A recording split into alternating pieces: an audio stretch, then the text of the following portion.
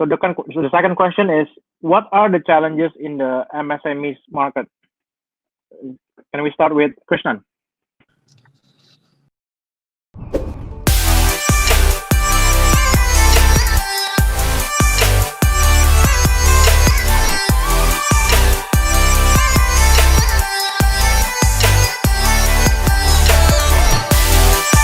Thank you, Arya. So before we move on, anyone, if you still want to ask, just ask through your platform, whether it's through KisKas, YouTube, or Chakap. So next question. Does the changing behavior affect your business?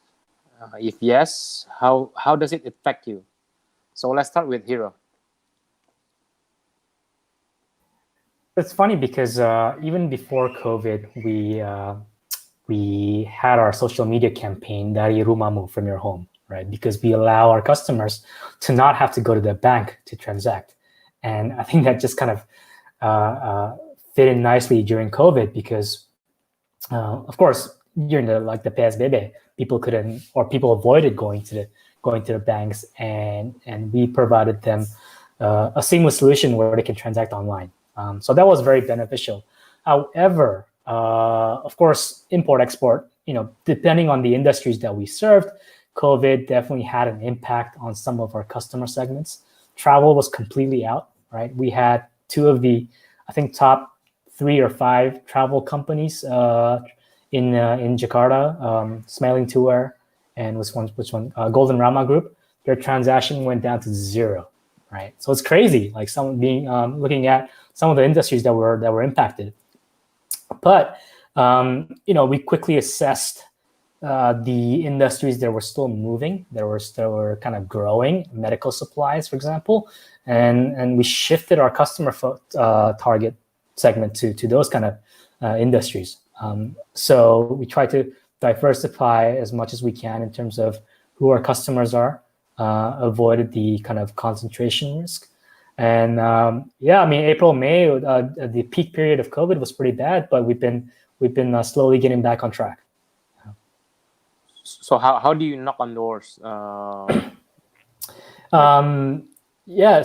we still get a lot of referrals through our existing customers. I think that's been very helpful, right? Our NPS score is pretty high.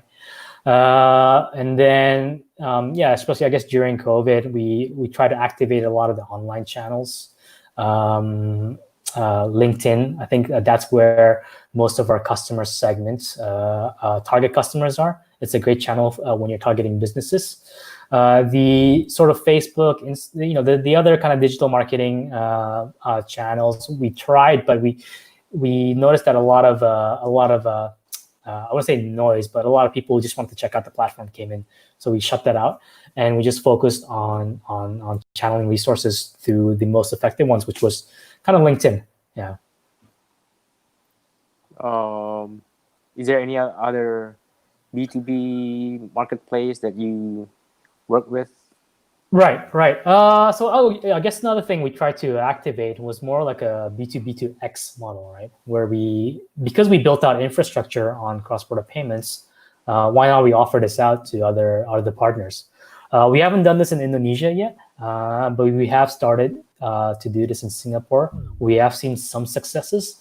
One of them is a remittance app called Panda Remit, right? They target all these Chinese workers living in Singapore, and to help them send money to back to China. So they take care of the front, they take care of the marketing, right? We provide them the infrastructure to process the FX and the payments. So that was particularly good because, of course, during COVID, these guys couldn't go to the remittance or houses or the money changers, right? So they have to do they have to do everything online. And we didn't have to spend any marketing dollars. Thankfully, they did. They're a Sequoia-backed company as well.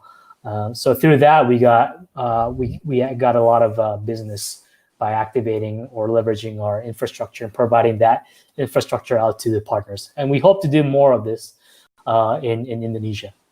Yeah. Okay. All right. Thank you.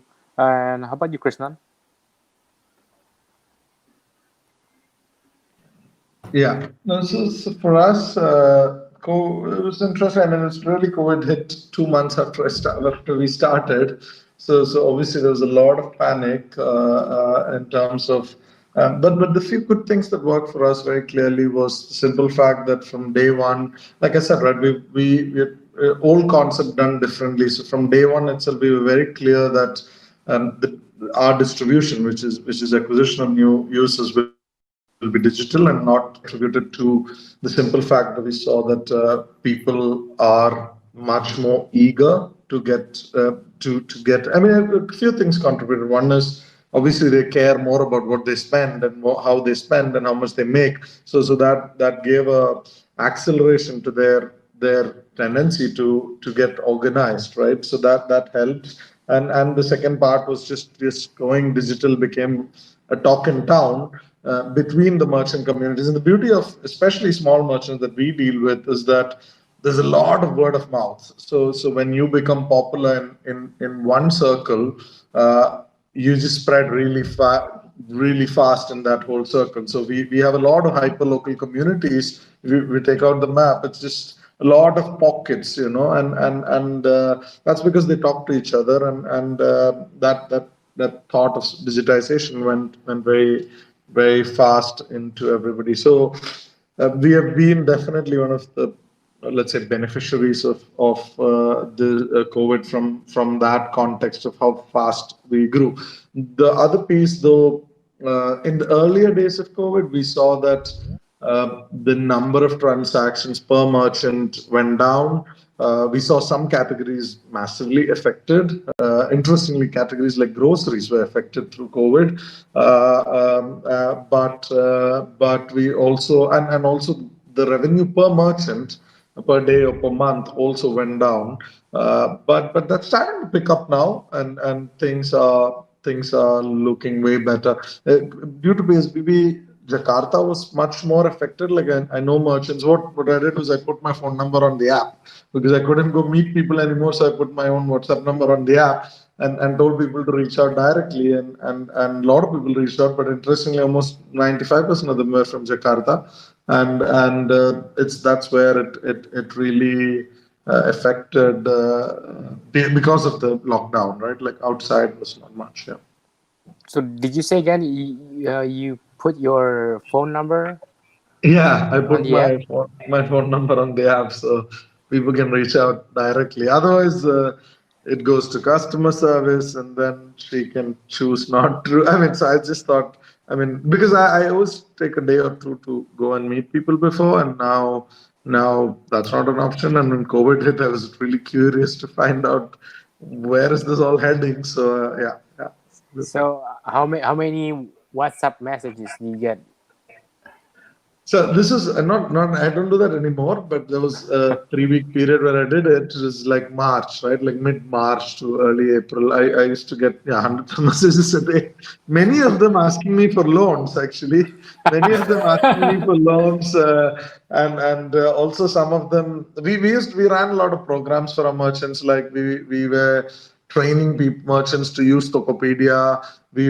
Interestingly, we even did English classes for our merchants, all obviously free of cost, but we really we said, hey, we'll do whatever you want. Tell us how can we help you.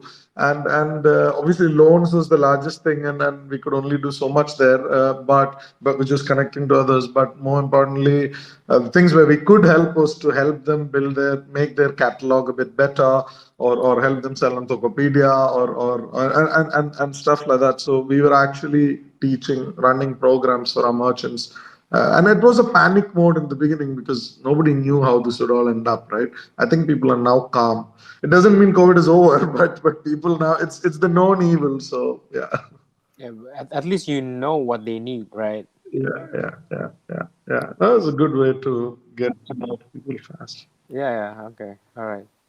So next, can I just make a comment? sure. It's great that you mentioned on the community driving adoption, right? I think Nikhil of Strive just posted his blog post on what community-led growth is, right?